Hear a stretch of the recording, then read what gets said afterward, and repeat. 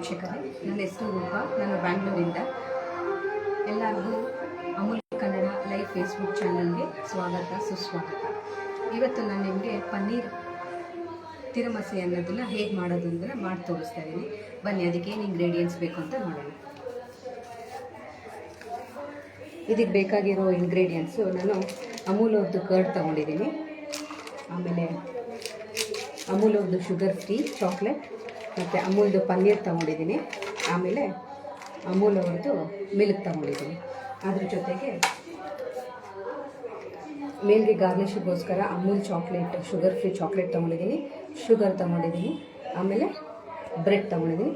ಬ್ರೆಡ್ನ ನಾನು side cut ಮಾಡಿ ಈ ಥರ ರೆಡಿ ಮಾಡಿ ಇಟ್ಕೊಂಡಿದ್ದೀನಿ. ಬನ್ನಿ ಇವಾಗ ಹೇಗೆ ಮಾಡೋದು ಅಂತ ನೋಡೋಣ.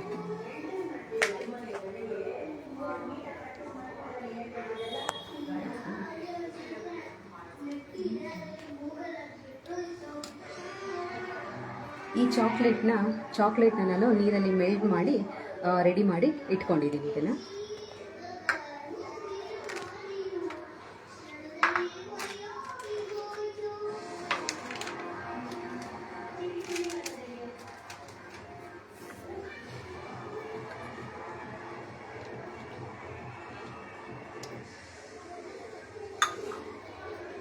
ಈ ಬ್ರೆಡ್ ಸೈಡ್ ಏನು ತೆಗೆದು ಇಟ್ಕೊಂಡಿದ್ದೀನಿ, ಇದನ್ನು ಡಿಪ್ ಮಾಡಿ ಇದರಲ್ಲಿ ರೆಡಿ ಮಾಡಿ ಇಟ್ಕೊಳ್ಳೋಣ.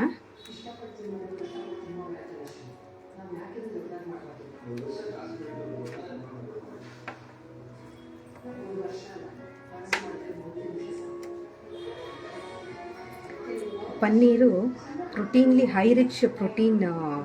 ಆ್ಯಕ್ಚುಲಿ ನಾನ್ ವೆಜ್ ಚಿಕನಲ್ಲೂ ಸಹ ಅದು ಪ್ರೋಟೀನ್ಸ್ ಇದೆ, ಆದರೆ ಚಿಕನ್ ಬೇಯೋಕ್ಕೆ ಲೇಟ್ ಆಗೋದ್ರಿಂದ ಪನ್ನೀರ್ನ ನಾವು ಅದು ಬೇಗ ಕುಕ್ ಆಗೋದ್ರಿಂದ ಪನ್ನೀರ್ನ ಯೂಸ್ ಮಾಡ್ತೀವಿ. ಈ ಥರ ಡಿಪ್ ಮಾಡಿ ರೆಡಿ ಮಾಡಿ ಇಟ್ಕೊಂಡಿದ್ದೀವಿ.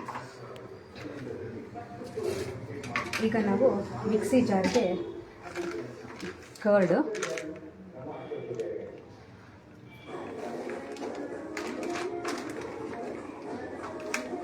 ಸ್ವಲ್ಪ ಮಿಲ್ಕು,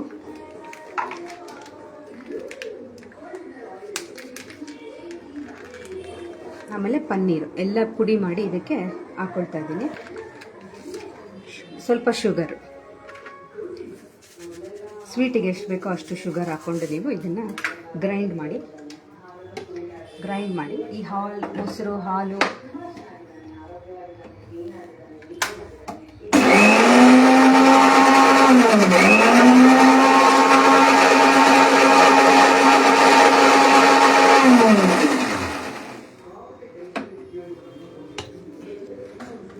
ಸ್ವಲ್ಪ ತಿಕ್ಕಾಗಿರಲಿ.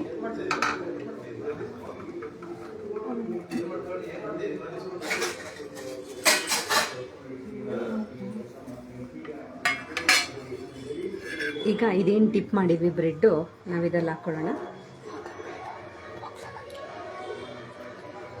ಇದು ಗ್ರೈಂಡ್ ಮಾಡಿರೋದನ್ನ ಇದ್ರ ಮೇಲೆ ಪೋರ್ ಮಾಡ್ಕೊಳ್ಳೋಣ.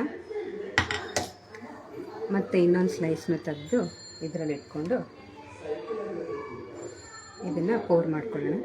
ಇದು ಆ್ಯಕ್ಚುಲಿ ನಾವು 2 hours ಅಷ್ಟು ಫ್ರೀಝರ್ ಮಾಡಬೇಕಾಗತ್ತೆ, ಫ್ರಿಜ್ಜಲ್ಲಿಟ್ಟು ಫ್ರೀಸ್ ಮಾಡಬೇಕಾಗತ್ತೆ. ಇದನ್ನು 2 hours ನಾವು ಫ್ರಿಜ್ಜಲ್ಲಿಟ್ಟು ಫ್ರೀಸ್ ಮಾಡಬೇಕಾಗತ್ತೆ. ಸೊ ಇದು ನಾನು ಗಾರ್ನಿಷಿಗೋಸ್ಕರ ಈ ಅಮೂಲ್ ಚಾಕ್ಲೇಟ್ ಏನು ತೊಗೊಂಡಿದ್ದೆ ಅದನ್ನು ಇದ್ರ ಮೇಲೆ ಸ್ಪ್ರಿಂಕಲ್ ಮಾಡ್ತಾಯಿದ್ದೀನಿ.